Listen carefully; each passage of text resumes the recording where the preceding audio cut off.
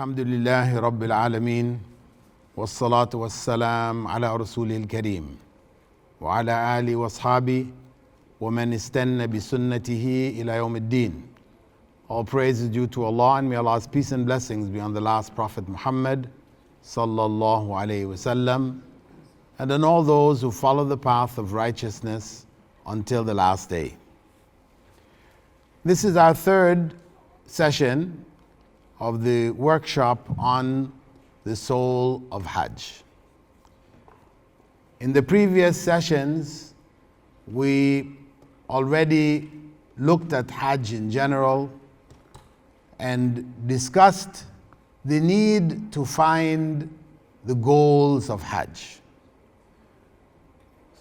and why this series of workshops is not really focused on how to do Hajj in terms of the rites and the rituals, though some of the rites and rituals will be looked at with respect to how to do it correctly, especially where there are areas that people commonly make mistakes. But the focus more is on the goals, because as we said, where the goals are missing, then Hajj will not be what it was prescribed to be. Allah prescribed it for a purpose. And that purpose goes beyond the physical external actions that we do and reach the same core values that all of the pillars of Islam, all of the principles of Islam encompass. As we quoted in the very beginning, Prophet Muhammad sallallahu alaihi wasallam had summarized all of Islam in terms of moral character. He summarized all of the goals for which the various acts of worship that we do are focused. Change. That Hajj ultimately is about change. As Salah is about change, Zakah is about change, fasting is about change. All of the requirements that Allah has put on us as Muslims are focused on changing us as human beings to be the best worshippers of Allah possible. The best worshippers of Allah, meaning the most righteous of human beings, would naturally be those with the best character. Prophet Muhammad sallallahu alaihi wasallam himself summarized righteousness as good character. He said, Al-bir husnul khuluq. Righteousness is good character. Of course, what is meant by good character from the Islamic perspective is much wider than what may be looked at in other societies, Western civilization, etc. But nonetheless, all of the major concepts which are attached to good character, you will find them embedded in all of the Islamic teachings and rules, guidelines. So, in our previous workshop, we had begun the process of the Hajj itself. And we mentioned that, of course, Umrah is included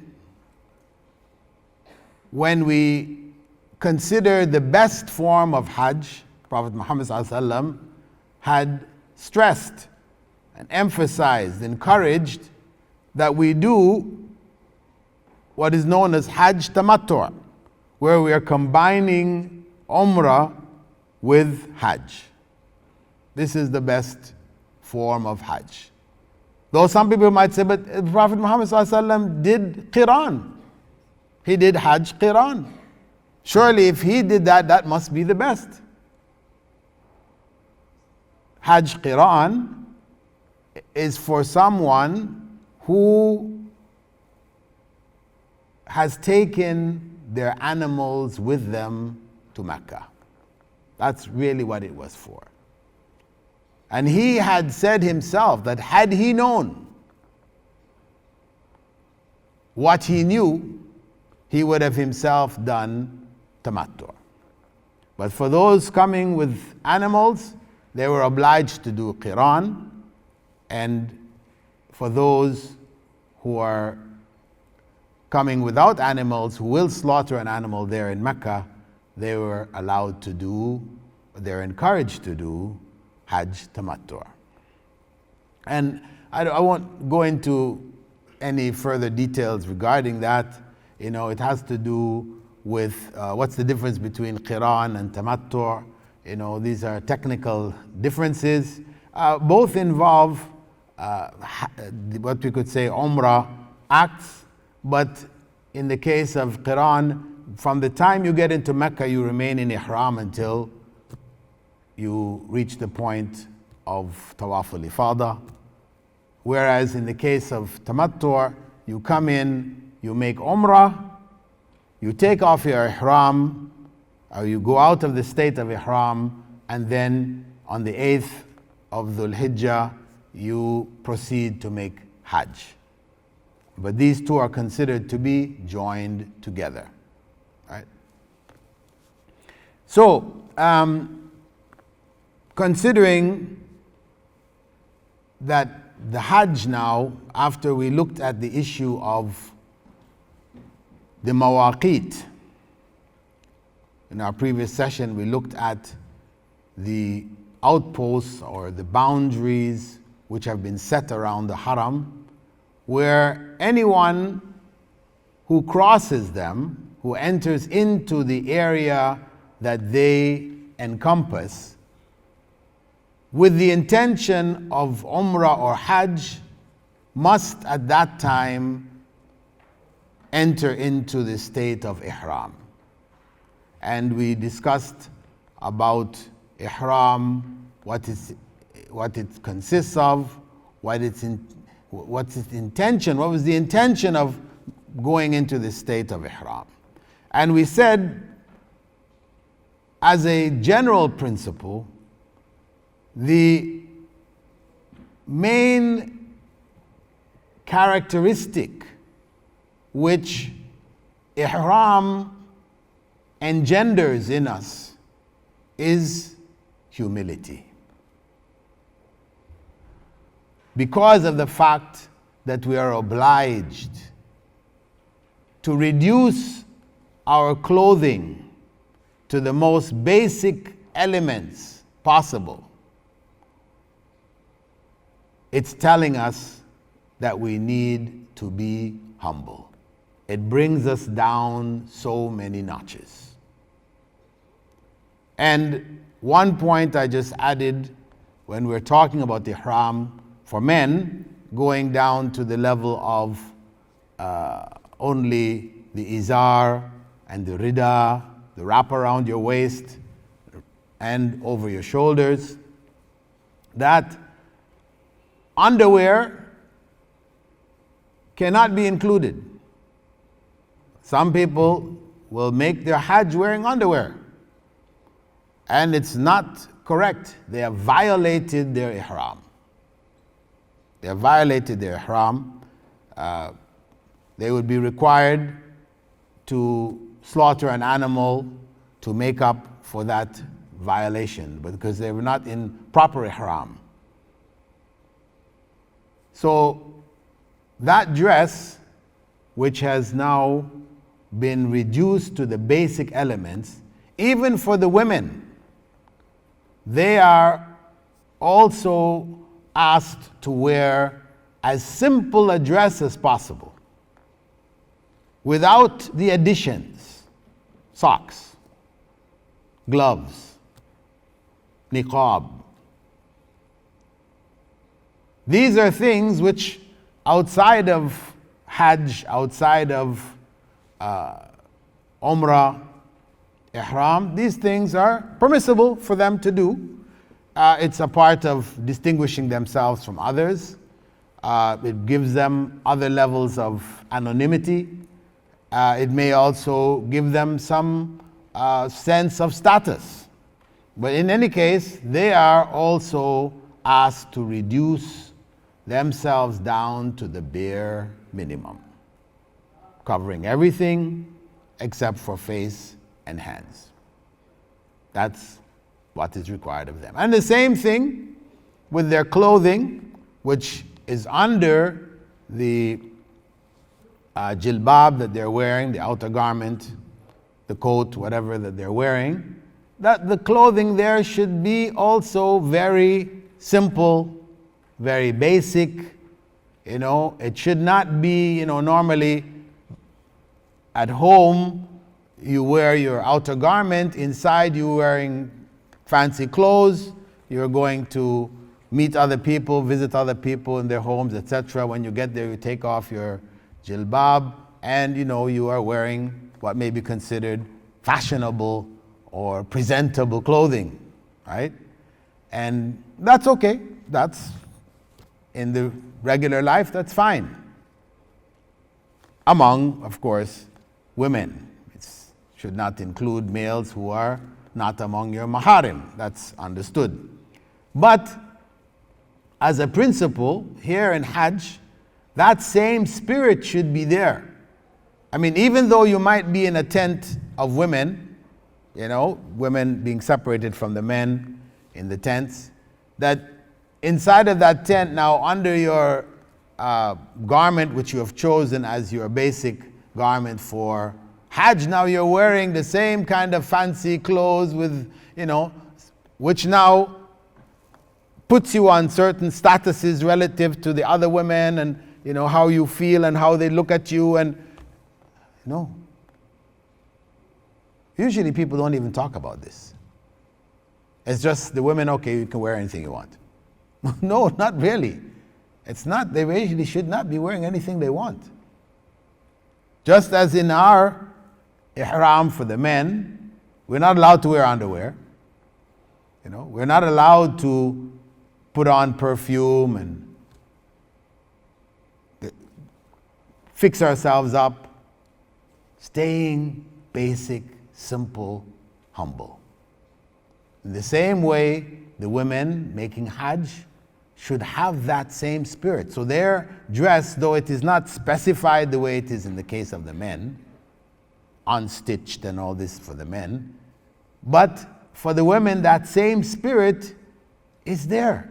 Because what the men need is like what the women need. To be humble, to be humbled, the same principles apply. So, though it is not said and specified and detailed as it is in the case of the men, for women you should know that also that humility, that humble way of dressing, that simple way of dress should be what you use during your Hajj. Your ihram should just be like a house dress under it, what you normally would wear around the house, which is not fancy, it's just whatever, because it's just to deal with the house, not when your husband comes, when people come, etc. That dress which you consider to be the lowly dress that you would never wear in front of other women, etc., because it's too, low class, that's the one that you should be wearing in your Hajj. That's the one that should be at the base of your ihram.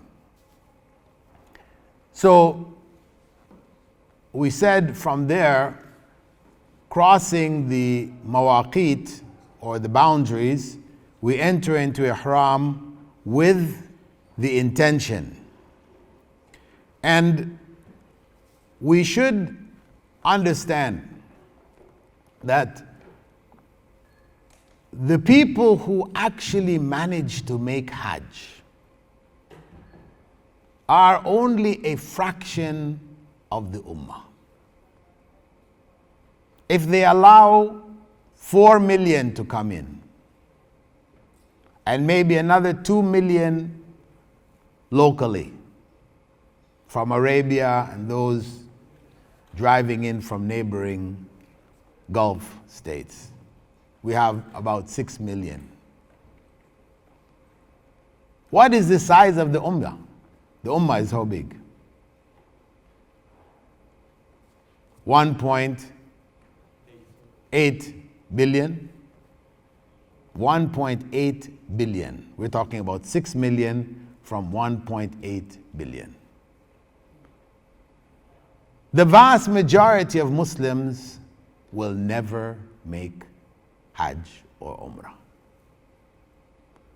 So the question that would be asked is, why would Allah prescribe something that the vast majority of Muslims would not be able to do? Of course, in the time of Prophet Muhammad ﷺ, it was different. The vast majority were able. Right? It was only a small minority who couldn't. Vast majority came. They went. But as time passed, the proportion that were able to make Hajj and Umrah became less and less and less, till we have a situation now. And that's not to say that in the future it may not change, that more and more will start to come as new technology comes in, etc., which facilitates and makes it possible. The technological developments, the building developments there in Mecca may allow the numbers to increase. But bottom line is, Allah prescribed this, and the vast majority can't do it. The reality is that we are supposed to have the intention. We are supposed to have that intention. We know it is an obligation, and we desire to do it. And we have the intention to do it if Allah gives us the opportunity. And that intention alone, if it is sincere, may earn or will earn for those who never make Hajj greater reward than many of those who make Hajj. That is the great equalizer, intention. Sincerity of intention. And the Prophet ﷺ has mentioned also that those who, after Salatul Fajr, stay where they finished praying until sunrise, they get the reward of what? Hajj. They get the reward of Hajj. The reward of one who intended Hajj and was able to do it, they can earn that reward by simply staying after Fajr, remembering Allah, reading Quran, making dua until sunrise. So, gaining the reward of Hajj is accessible to everyone. Being able to actually physically make it to Mecca is for a chosen few. But Allah, in His justice, He has given us all the opportunity to get the reward of Hajj. And as we mentioned before, the location that he chose for Hajj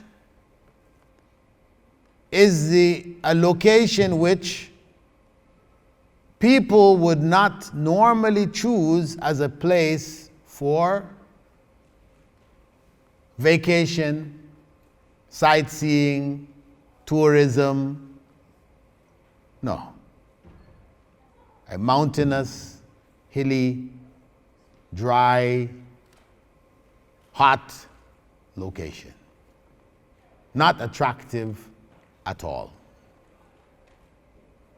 And that is why when non-Muslims complain and raise issues why we aren't allowed to come there, we say, it's not a vacation place.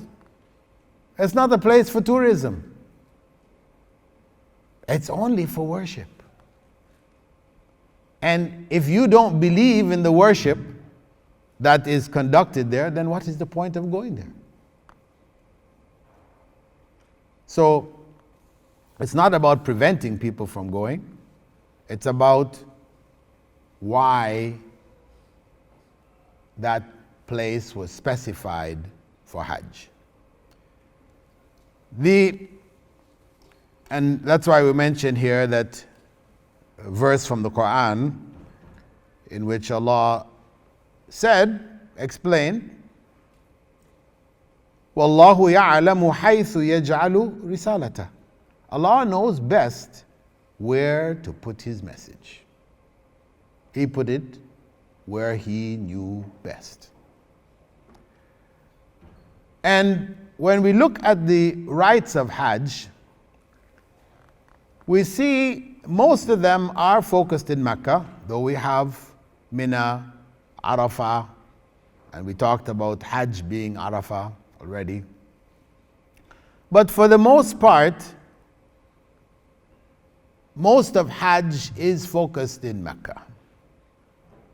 And the history behind the Hajj is the history of Prophet Abraham taking his second wife, Hagar in English, and leaving her in what was the middle of the desert. A deserted place. No trees, no water, with a few provisions. She couldn't understand why. Why there? She asked him, was this instruction from Allah? And he informed her, yes, this was instruction from Allah. So she accepted it. So the Hajj and its rites are around a woman. And of course, people like to attack Islam as being anti-woman, right? Oppressive to women and treating them as second-class citizens and that. Yeah, maybe Muslims do that. But that's not Islam. Islam elevated Hagar's experience, Hajar's experience there in Mecca to the point of it becoming the rites of worship, the foundation for the rites of worship for the nations that followed Allah subhanahu wa ta'ala, believed in Him and worshipped Him until the end of time. That is the position or status that Islam held with regards to females, and this female in particular, Hagar. And the story, of course, has its own elements, but as we look at the various elements of the Hajj itself, we will look at where they fit into this particular story. But the essence, we could say, the essence of the message that comes from that experience which Hagar had is summed up in the verse 2 of Surah At-Talaq, where Allah says there, وَمَنْ يَتَقِ اللَّهِ يَجْعَلْ لَهُ مَخْرَجًا وَيَرْزُقْهُ مِنْ حَيْثُ لَا يَحْتَسِبُ. Allah will make a way out for whoever fears Him, and He will provide for him from where he least expected it. Allah will make a way out for whoever fears Him. That no matter what circumstance we might find ourselves in, if we fear Allah, He will make a way out, an exit. And Hagar is the classical example.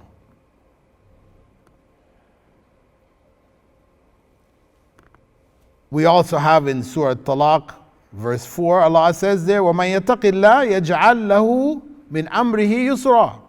And Allah will make the matter easy for whoever fears Him. And again in Surah Talaq, وَمَنْ يَتَوَكَّلْ عَلَى اللَّهِ فَهُوَ حَسْبُهُ. Whoever, Allah will be sufficient for whoever puts his or her trust in Him.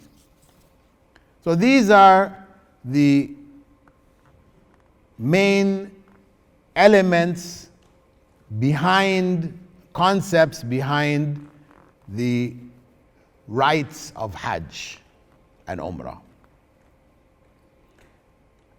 Now, if we move on from there to the Tawaf,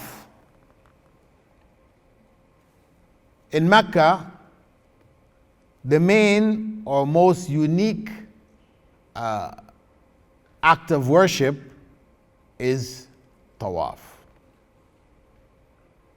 Circumambulating, going around the Kaaba.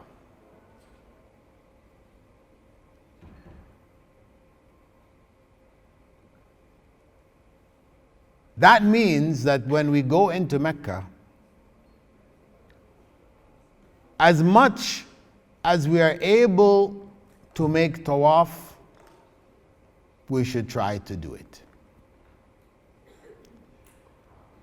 We spoke about the value of prayer in the Masjid al-Haram, that the formal prayers as well as informal prayers there is worth 100,000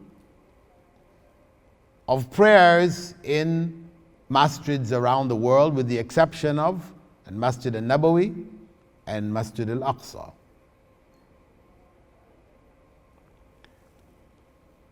So, between the formal prayers in the masjid and Tawaf, we should spend the greater portion of our time engaged in those acts of worship. They're unique. Tawaf you cannot do anywhere else. Tawaf should not be done anywhere else. Of course, you might go to Ajmer and find Tawaf around the tomb of the saint of Ajmer, and you may find Tawaf going on around the tombs of other saints in other countries, but it's not from Islam, right? This is something people have made up. Tawaf is only prescribed there in Mecca around the Kaaba.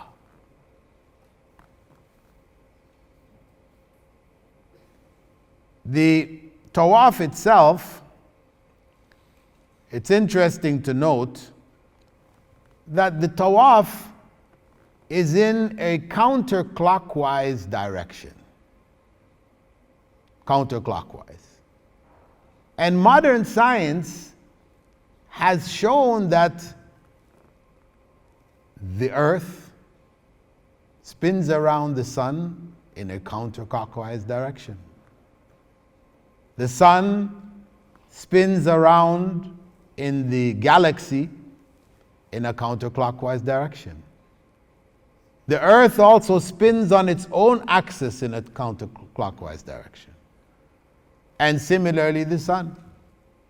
And even to the smallest element, the atom, its components, the electrons, spin around the nucleus of the atom in a counterclockwise direction.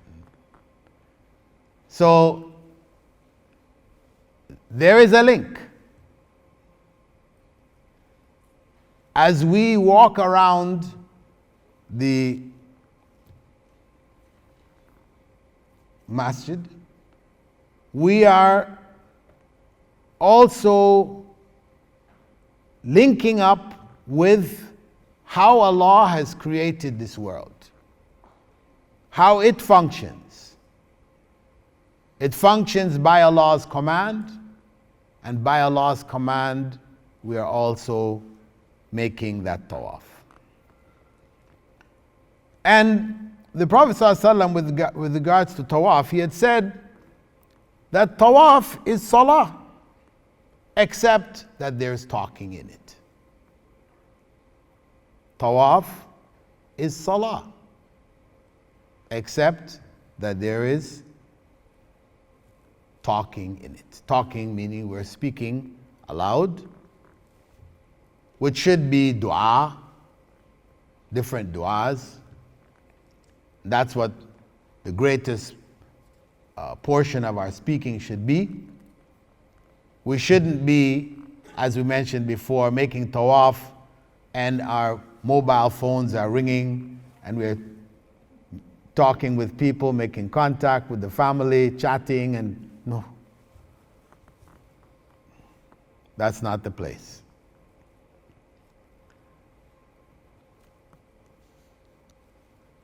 So tawaf fundamentally is a way of worshiping Allah, salah, but it is done while walking.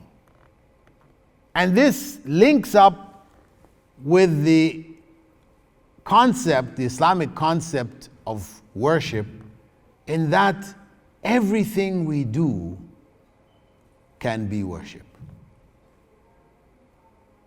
Normally we just make salah standing, bowing, prostrating, and sitting. That is the normal mode. But in fact, here we are now required to make salah while walking. And if we look at what is the essence of the salah, what is the salah fundamentally about? We hear Allah telling us in the Quran, "Aqim as-salah li dhikri." Establish the prayer in order to remember me. And similarly, in the tawaf, we should be also remembering Allah. And in remembering Allah, praying to Him, calling on Him, praising Him, we should do so with full consciousness. It shouldn't be done with a book. We have these books which are sold with Arabic in it, telling you what to say in the first circuit, the second circuit, the third, fourth. And we have people, you see them making, and they're reading this book. And there may be people behind them repeating what they're saying. You know? And in some of the books, at the bottom of the page, it says, "Now turn over to the next page," and they will recite that, and people will recite it after them. You know? This is the state of the prayer. Ignorance. What is the use of that prayer? What is it doing for us? We don't know what is being said. We don't know what we are repeating, we're just parroting words. So where is the value in that? Prayer has a purpose. It has a goal, which cannot be achieved by merely parroting, repeating words and phrases and sentences which we do not understand. It is as simple as that. And I'm sure that doesn't require any special explanations for you to be able to grasp. It's quite clear. With regards to the Tawaf and men,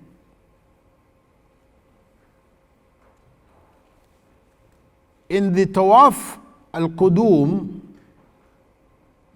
or the first Tawaf that men make when they first, men and women make when they first come to the masjid, in that state of Ihram,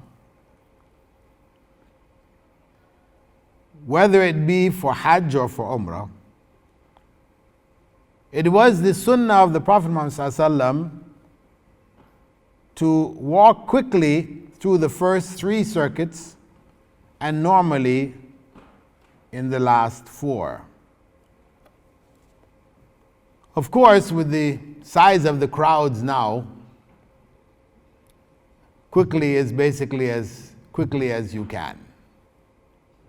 Now, again, we don't need to treat it in a ritualistic manner, where you will have some people, because they know that the Prophet ﷺ used to walk quickly in the first 3, and now the crowd is so dense that you can't, so they will be in one place, like they're doing exercises, right? They're lifting their feet here in the one place, and they're not going anywhere, because the crowd is only allowing them to move step by step. We don't need to do this.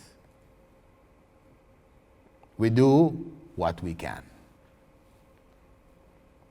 Also, he used to place the upper part of the Ihram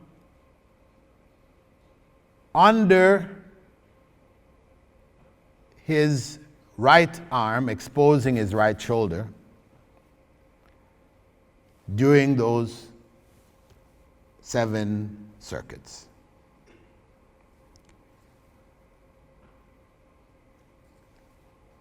And on completion of the Tawaf, he would again cover both his shoulders. Now, the typical image that we have of Ihram today is that you expose your right shoulder.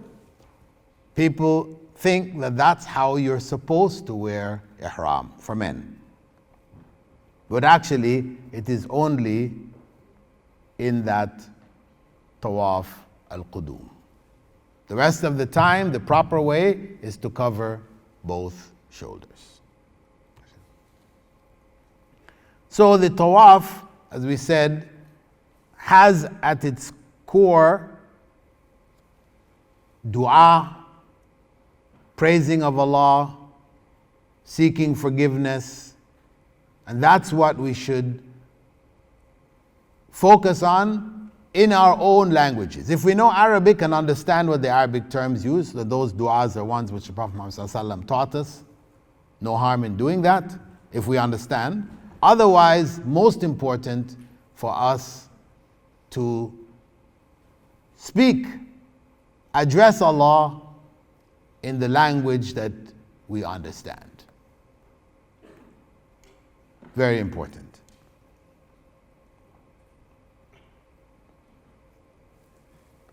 In the course of the Tawaf, we all know there is the black stone, Al-Hajar Al-Aswad, and we are encouraged, where possible, to kiss it before starting the Tawaf with each circuit. if you're able. Today, it's virtually impossible. Unless you come at times when there are few people in the masjid, it becomes possible. But most of the time, especially during Hajj, you will not have that chance. There will be people doing it, but if you see how they manage to do it, then you know you don't need to add this to your Hajj. Because they are in a fight. Unfortunately, the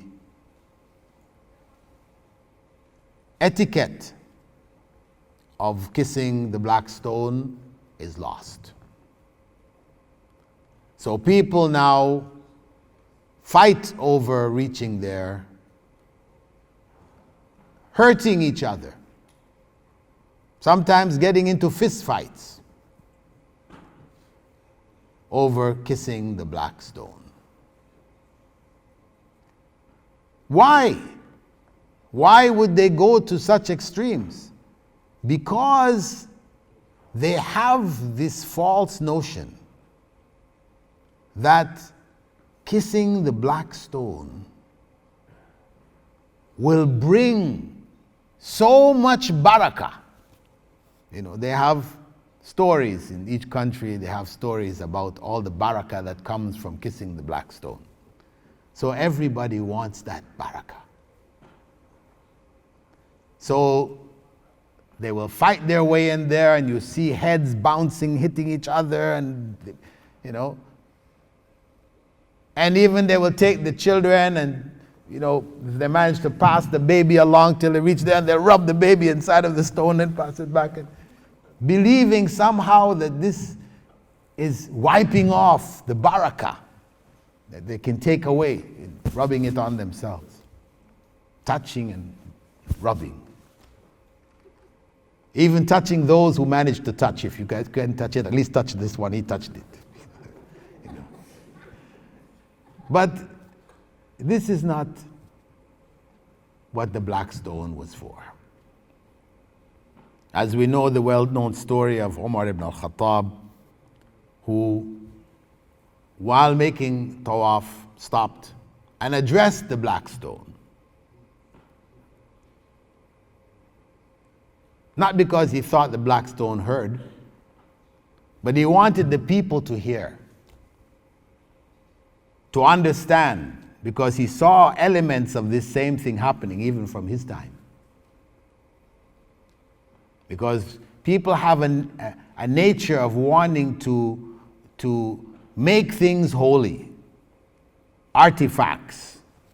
And you see the other religions, they're filled with artifacts which have religious value. So you can touch, you can hold, you can hug, you can kiss, you can, all these different things. Whereas in Islam, we don't have that. We don't have religious artifacts. So, that black stone, Umar ibn al-Khattab addressed it saying, I know you are only a stone. I know you are only a stone. You can neither benefit me nor harm me. And the only reason why I am kissing you is because I saw Rasulullah sallallahu alaihi wasallam kiss you. That's it. That's it. There is no barakah coming off from kissing the black stone. The blessing which comes from following the Prophet ﷺ, who said, "Khudhu anni manasikakum." Take your rites of Hajj and Umrah from me. Do as I did. In the same way he told us in our prayers, Sallu kama ra'aytumuni usalli. Pray as you saw me pray. Make Hajj the way you saw me make the Hajj. So, the barakah or the reward comes in following the way of the Prophet sallallahu alaihi wasallam. That black stone serves a purpose. It serves to indicate the beginning point of Tawaf. That's its purpose. It is where Tawaf begins. If we didn't have the black stone, imagine all the four corners looked alike. What's going to happen? Some are going to start there, some are starting there, some are starting there. It'll be a mass of confusion. You couldn't remember, which one did I start from? The right one or the left one or the confusion. So it gives order to Tawaf. There's a starting point, there's an ending point. That is the purpose of the black stone. Its purpose is not to be kissed, because otherwise then the Hajj wouldn't be complete or the Umrah wouldn't be complete unless we kissed it. But it is complete without kissing it. So the Tawaf begins there. We touch the Yemeni corner, which is to the left of the black stone. That's 3 corners afterwards. For those of you who don't know, the Kaaba has in the back a semicircular wall. A semicircular wall. And when you're making Tawaf, you are supposed to stay outside of that wall. If you cross, because there's an opening on both sides, keeping it not attached to the Kaaba. Right? There's a space you can come in from either side. If you walk through there, like as a shortcut, instead of going all the way around, you cut through there, your Tawaf is incomplete. Your Tawaf is incomplete. Why? Because that area in the semicircular, inside the semicircular wall, that area is a part of the Kaaba. Some people have stories that, Prophet Ibrahim was buried there, and this is nonsense. It's not true at all. Nobody was buried there. It was a part of the Kaaba. When Prophet Abraham built the Kaaba, it included that.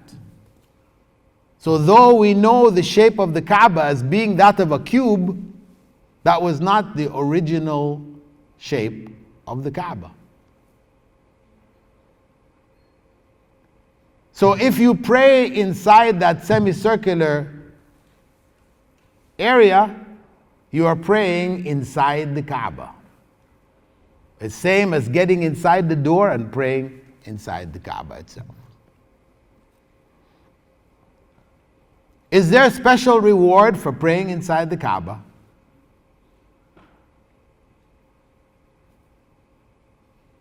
Who believes that there's a special reward for praying inside the Kaaba? Put your hand up. Nobody? There's no special. Why are people trying to get inside there then? Nobody believes there's a special. If you had the chance to get inside the Kaaba, wouldn't you go in and pray? Yes? Yeah.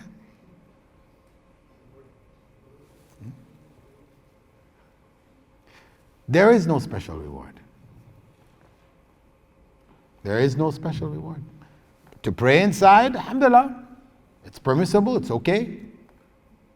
But now if you see what is happening during Hajj, Umrah and these other occasions, with people fighting to get inside of that area, you would think that, hey, there's huge reward for that. Again, out of ignorance. Out of ignorance. Not knowing better. So that person who's making Tawaf, they will fight their way inside there, make 2 rak'ah and then come out the other end. And they just violated and nullified their Tawaf. Ignorance.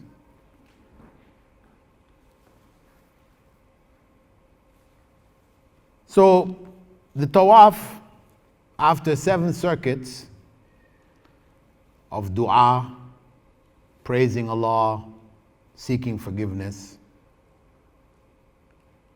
that Tawaf has only one prescribed dua. Those books that we get filled with all kinds of duas, and many of them are good duas, no harm. They say good things.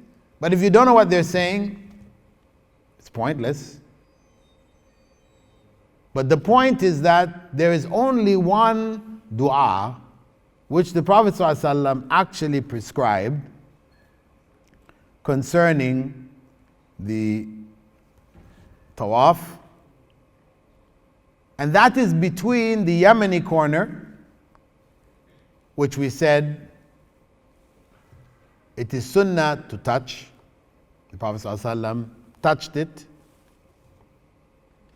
After that is the black stone.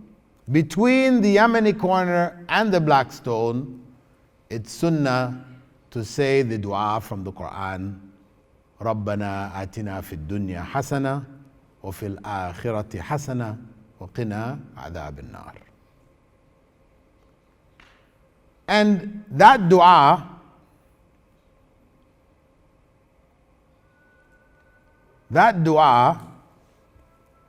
if we look at that dua in the context of the Quran, where it came from, that's verse 201 in Surah Al-Baqarah. Our Lord, give us the good of this world and that of the hereafter, and shield us from the torment of the hellfire.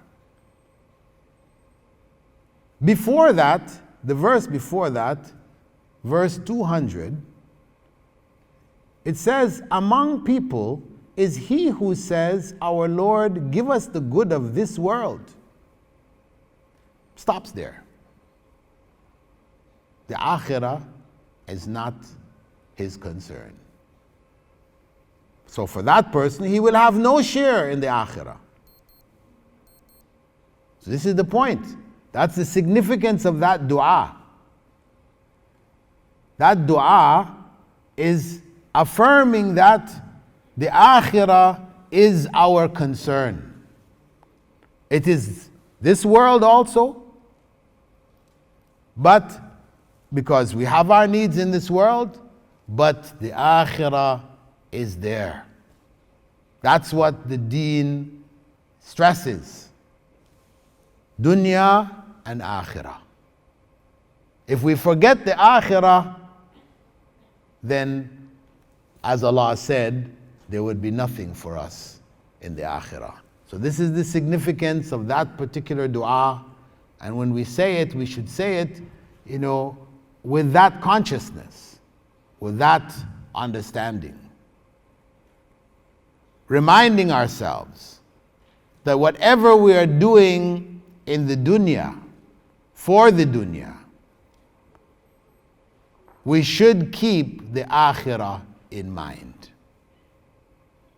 Don't leave our efforts focused and hanging on the things of this world alone. Because if we do that, then we will have lost what is far more important.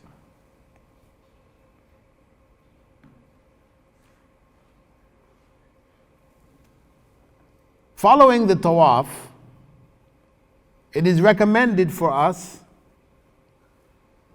to pray 2 units of prayer behind Maqam Ibrahim, the place of standing of Prophet Abraham. In the picture you can see that brass structure. Inside of it you can see a bubble of glass in the middle. The bubble of glass inside of that cage of brass, if you happen to peer inside, you got the chance to look inside, has a slab of what appears to be silver, silverish looking material, with two footprints, which, as if somebody stood on it and their feet just sunk into that metal. At the bottom, if you happen to look even more deeply, you will see what looks like stone down there. Right? So what you have actually, what was in the past, was just a slab of stone. It was like a brick that Prophet Abraham stood on while building the Kaaba. Right? Like a ladder, you know. He used it to help him build the upper levels of the Kaaba. And what ended up in the fables was that when he stood on it, you know, he left his footprint on it. Actually, there's no footprint. So to give the impression of a footprint, a cap, you know, like when you get a crown on your tooth, you know, a crown, a head is put on top of it, which had these two holes which look like where feet had stood, to give that impression.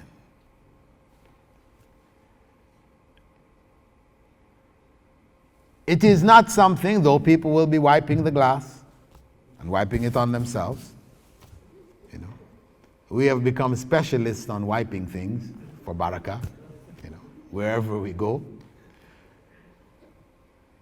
The point of the matter is that it was only set to designate the place for making 2 rak'at after finishing the tawaf. That's all. Has no special barakah, no, you know, religious implications beyond the place. Designating a place for prayer. That's all.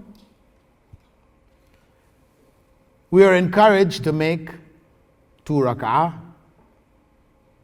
In the first unit, to make or to say after Surah Al-Fatiha, Surah Al-Kafirun, and in the second, to say Surah Al-Ikhlas. These two. And you do it as close as you can behind Maqam Ibrahim, and you may not find the opportunity to do it that close, but wherever you're able to, you do it to complete the tawaf.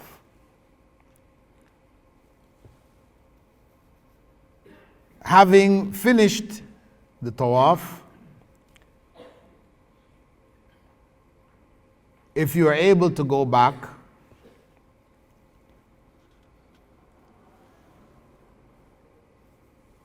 to the Kaaba, and during Hajj, you really won't be able, because you will have to go against the whole crowds. Outside of Hajj, yes.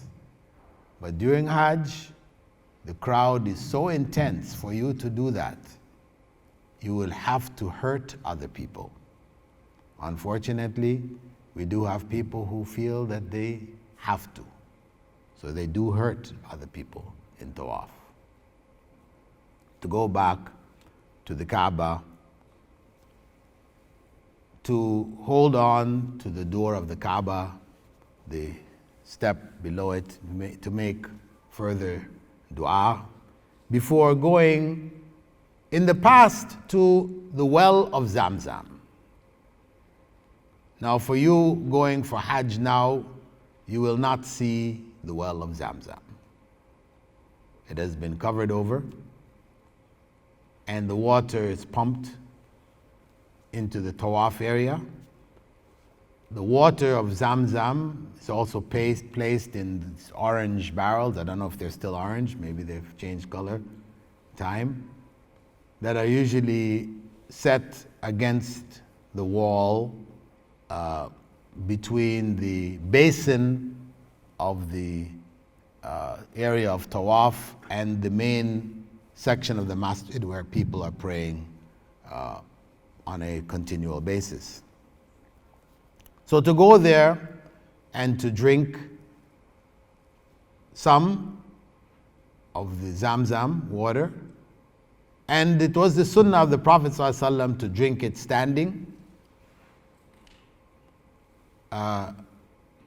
And from the glass of water that you drink, it was his sunnah also to pour. He would take a few mouthfuls and pour the remainder over his head, over himself. And in doing so, we are supposed to remember the trial that Prophet Ibrahim left his wife Hagar in. It was a trial for him, having to leave his wife in that circumstance, according to Allah's command, but even a greater trial for her to accept and to stay there, not being able to find any water, and then Allah causing the spring of Zamzam to start. She took the water, she drank from it, she used it to also to cool herself and her child, Prophet Ismail. So in that moment, that's what we should be reflecting on while making dua. As the Prophet ﷺ had said, that the Zamzam is for whatever one drinks it for. To have a good intention while drinking it, and to remember that this was a favor from Allah for Hagar, Hajar, at the time when there appeared to be no way out, when death was before her, that Allah will find a way for us.